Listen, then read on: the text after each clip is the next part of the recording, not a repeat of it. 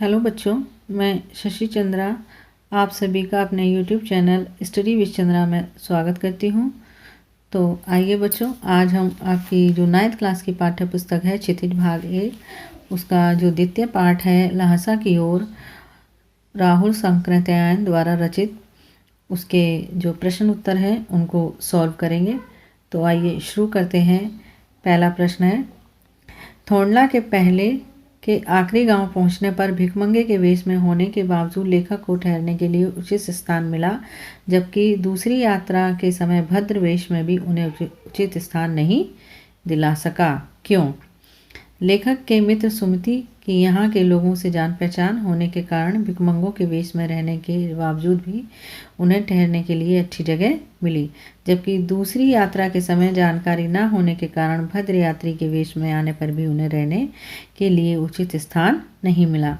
उन्हें गांव के एक सबसे गरीब झोपड़े में ठहरने को स्थान मिला।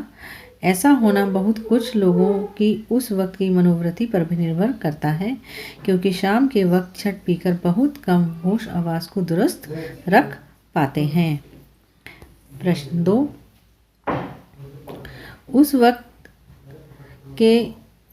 उस समय के तिब्बत में हथियार का कानून न रहने के कारण यात्रियों को किस प्रकार का भय रहता था? आंसर है, तिब्बत में हथियार का कानून न रहने के कारण उस समय यात्रियों को डाकुओं से मारे जाने का खतरा था। क्वेश्चन 3, लेखक लंगकौर के मार्ग में अपने साथियों से किस कारण पिछड़ गया? आंसर है, लंगकौर के मार्ग में लेखक का घोड़ा थक कर धीमा चलने लगा था, इसलिए लेखक अपने साथियों से पिछड़कर रास्ता भटक गए थे। प्रश्न 4 है, लेखक ने शंकर विहार में सुमति को उनके यजमानों के पास जाने से रोका, परंतु दूसरी बार रोकने का प्रयास क्यों नहीं किया? आंसर है, एक मंदिर में लेखक वहाँ के बुद्धवचन अनुवाद की हस्तलिखित पोथियों से मतलब है हाथ द्वारा लिखित हुई जो किताबें थीं वे पोथियों को पढ़ने में मग्न थे, इसलिए सुमति के अपने यजमानों से मिलने जाने के बारे में पूछने पर लेखक ने उन्हें जाने के लिए कह दिया। प्रश्न 5, अपनी यात्रा के दौरान लेखक को किन कठिनाइयों का सामना करना पड़ा? प्रश्न 5 का उत्तर है, यात्रा के दौरान लेखक को निम्नलिखित कठिनाइयों का सामना करना पड़ा। पहला है, उस समय भारतीयों को तिब्बत यात्रा की अनुमति नहीं थी, इसलिए उन्हें भिखमंगे के रूप में यात्रा करनी पड़ी। नंबर 2, चोरी के डर से भिखमंगों को वहाँ के लोग घर में घुसने नहीं देते थे, इस कारण लेखक को ठहरने के स्थान को लेकर कठिनाई का सामना करना पड़ा। नंबर 3, डांडा थोंडला जैसी खतरनाक जगह को पार करना पड़ा। नंबर 4, लंगकौर का रास्ता तय करते समय रास्ता भटक जाने के कारण वे अपने साथियों से बिछड़ गए। आइए बच्चों, प्रश्न 6 देखते हैं। प्रस्तुत यात्रा वृतांत के आधार पर बताइए कि उस समय का तिब्बती समाज कैसा था? आंसर है, उस समय तिब्बती समाज में जाति पाति छुआछूत नहीं था, औरतों के लिए पर्दा प्रथा का प्रचलन भी नहीं था, अपरिचित व्यक्ति को वे अपने घर में आने दे सकते थे, परंतु चोरी के भय से किसी भिखमंगे को घर में घुसने नहीं देते थे। वहाँ आतिथ्य सत्कार अच्छी तरह से किया जाता था। आतिथ्य सत्कार से तात्पर्य है बच्चों, जो मेहमान आते थे उनकी काफ़ी देखभाल की जाती थी और बहुत ही आदर के साथ उनका स्वागत किया जाता था। प्रश्न 7 है, मैं अब पुस्तकों के भीतर था, नीचे दिए गए विकल्पों में से कौन सा इस वाक्य का अर्थ बतलाता है? क, लेखक पुस्तकें पढ़ने में रम गया। ख, लेखक पुस्तकों की शेल्फ के भीतर चला गया। ग, लेखक के चारों ओर पुस्तकें ही थीं। घ, पुस्तक में लेखक का परिचय और चित्र छपा था। तो आंसर है इसका, लेखक पुस्तकें पढ़ने में रम गया। प्रश्न 8 है, सुमति के यजमान और अन्य परिचित लोग लगभग हर गांव में मिले, इस आधार पर आप सुमति के व्यक्तित्व की किन विशेषताओं का चित्रण कर सकते हैं? आंसर है, सुमति की चारित्रिक विशेषताएं।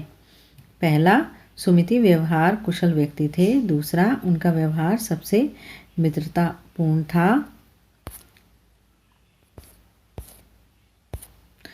आगे है नंबर 3, वे जहाँ भी जाते थे वहीं अपने अच्छे स्वभाव के कारण मित्र बना लेते थे। नंबर 4, अलग अलग जगहों पर घूमना उन्हें ज़्यादा पसंद था। नंबर 5, वे एक से अधिक बार तिब्बत आ चुके थे और वहाँ के हर गांव में भली भांति परिचित थे।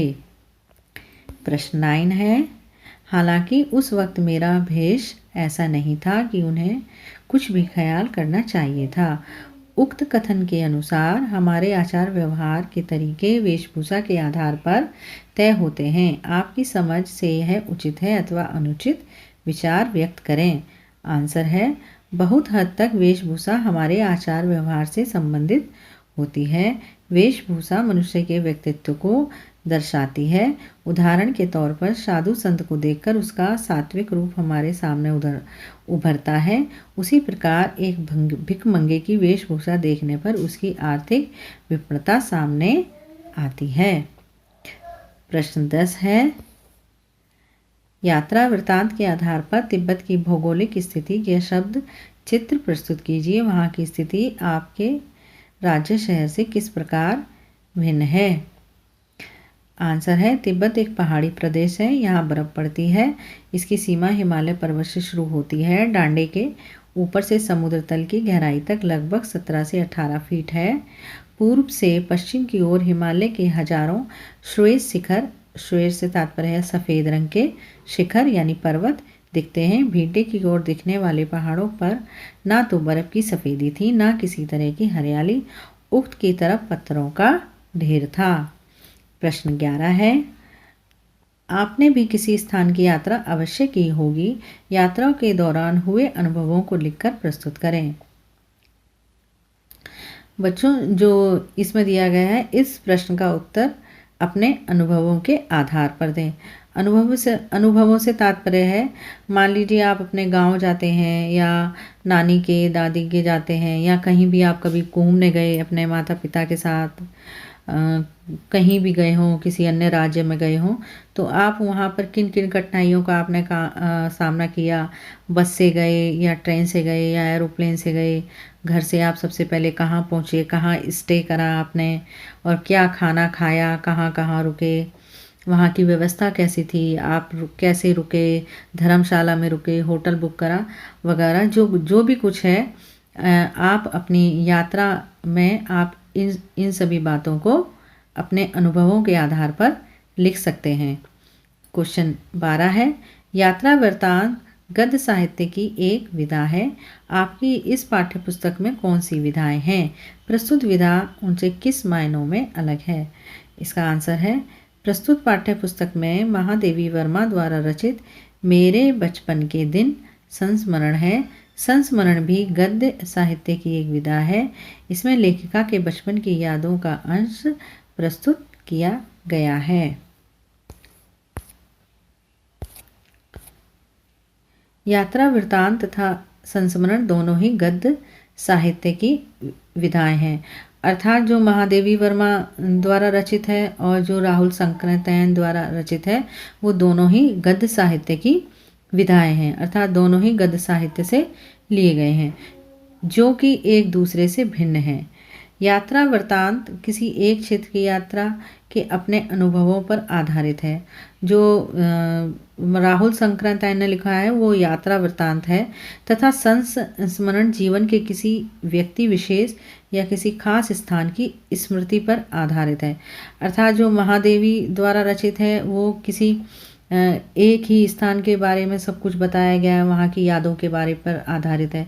और जो यात्रा वृत्तांत है वो जो राहुल जी ने जो यात्रा करी है उसके जहाँ से शुरू करी, कहाँ ख़त्म हुई, क्या क्या उन्होंने उस बीच जो है देखा और कैसे कैसे हालात उनके सामने आए, वो यात्रा वृत्तांत में वो सब कुछ लिखा हुआ है। लेकिन दोनों है गद्य साहित्य की विधाएं। संस्मरण का क्षेत्र यात्रा वृत्तांत से अधिक व्यापक है। प्रश्न 13 है, किसी भी बात को अनेक प्रकार से कहा जा सकता है। जैसे सुबह होने से पहले हम गांव में थे, पौ फटने वाली थी कि हम गांव में थे। पौ फटने का मतलब होता है बेटे जब सुबह होती है और सूरज नहीं निकलता, सूरज निकलने से पहले जो आकाश में लालपन या ऑरेंजपन हल्का सा दिखाई देता है, बिल्कुल जैसे सूरज निकलने वाला होता है, उससे पहले जो उजाला होता है हल्का सा, उसे कहते हैं पौपटना या सुबह होने से पहले।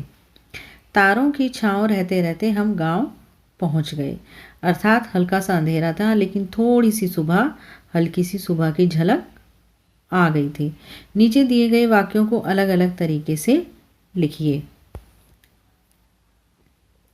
जान नहीं पड़ता था कि घोड़ा आगे जा रहा है या पीछे। तो इसका आंसर है, पहले जो लिखा है वो जान नहीं पड़ता था कि घोड़ा आगे है या मैं आगे। दूसरा है समझ में नहीं आ रहा था कि घोड़ा मेरे आगे है या पीछे।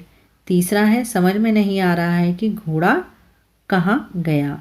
अब ये जो तीनों वाक्य हैं, ये देखिए, जान नहीं पड़ता कि घोड़ा आगे जा रहा है या पीछे, इसी बात को 3 तरीके से यहाँ पर कहा गया है। यही आपका उत्तर है। प्रश्न 14 है, ऐसे शब्द जो किसी अंचल यानी क्षेत्र विशेष में प्रयुक्त होते हैं उन्हें आंचलिक शब्द कहा जाता है। प्रस्तुत पाठ में से आंचलिक शब्द ढूंढकर लिखिए। तो आंचलिक शब्द है, पहला है कुची कुची यानी दया दया, और थुकपा यानी कि वहाँ की कोई विशेष डिश थी। कहाँ की? लद्दाख की या ल्हासा की। प्रश्न 15 है, पाठ में कागज अक्षर मैदान के आगे क्रमशः मोटे अक्षर और विशाल शब्दों का प्रयोग हुआ है। इन शब्दों में उनकी विशेषता उभर कर आती है। पाठ में से कुछ ऐसे ही शब्द और छांटिए जो किसी की विशेषता बता रहे हों। पहला है खुफिया विभाग, दूसरा अच्छी तरह, तीसरा है श्वेत शिखर और फोर्थ है बर्फ़ की सफ़ेदी। तो बच्चों, ये थे आपके 9वीं क्लास के जो क्षितिज है उसके पार्ट 2 के प्रश्न उत्तर। आशा करती हूँ आपको अच्छे से समझ में आए होंगे। बच्चों, यदि आपको कुछ इसमें पूछना हो, कुछ दिक्कत हो, तो आप मुझे कमेंट बॉक्स में ज़रूर लिखें, और आप मेरी वीडियो को लाइक करें, शेयर करें और सब्सक्राइब करें, और बेल आइकन को ज़रूर प्रेस करें, जिससे कि मेरी आगे आने वाली वीडियो का आपको नोटिफिकेशन मिल सके। Thank you.